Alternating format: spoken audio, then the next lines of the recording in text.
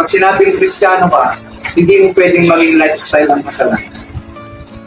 Oo, nadadapa tayo paminsan-minsan, pero hindi natin pwedeng kung ano yung buhay mo bago ka na tumanggap sa Panginoong Jesus bilang Panginoon na tagapagligtas, hindi pwedeng magpatuloy yun. Kaya,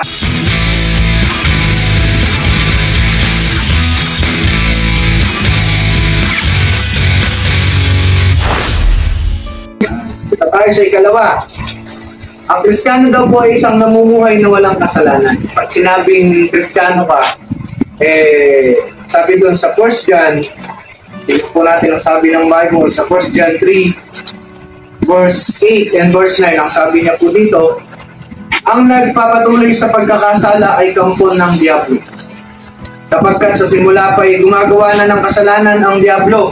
Kaya naparito ang anak ng Diyos upang masakin ang mga gawa ng Diablo. Verse 9, ang tinanggap ng Diyos bilang anak niya ay hindi nagpapatuloy sa pagkakasala. Sapagkat nanatili sa kanya ang buhay na galing sa Diyos. At dahil sa Diyos ang ama niya, hindi siya maaaring magpatuloy sa pagkakasala. Ikalawang pagpapaliwanag tungkol sa ang Kristiyano, ito daw po ay isang namumuhay na walang kasalanan. Kasi nanay, pag sinabing Kristiyano ka, hindi mo pwedeng maging lifestyle ang kasalanan.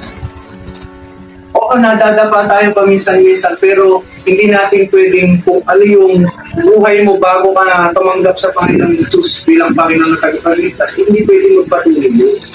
Kaya kung halimbawa, bago ka maging Kristiyano ay magnanakaw ka, tumanggap ka na sa Panginoon bilang Panginoon na tagapagligtas, nagkaroon ka na ng relasyon sa Kanya, hindi mo pwedeng sabihin na total naman, trabaho ko lang naman yung pagnanakaw, kaya magnanakaw pa rin. Hindi po pwedeng. Magiging kaduda-duda ang iyong pagiging Kristiyano pagka nagpapatuloy tayo sa pagkakasala. Dahil maliwanag ang salita ng Diyos po na ang nagpapatuloy sa pagkakasala ay kampon ng Diablo, hindi sa Panginoon. Kaya ang pagpapaliwanag sa anong Kristiyano, ang isang Kristiyano daw po ay namumuhay na walang kasalanan. Dakilang pagkakataon ng isang Kristiyano ang mabuhay na hindi nagkakasala. Ang taong nagkakasala ay hindi Kristiyano, hindi sa Diablo.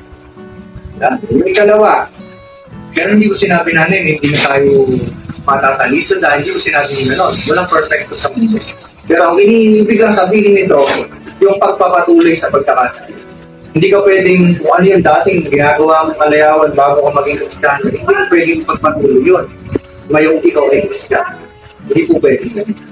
Yun, yung ikalawa po, ang Kristiyano ay isang namumuhay na walang kasalanan. Ikatlo po,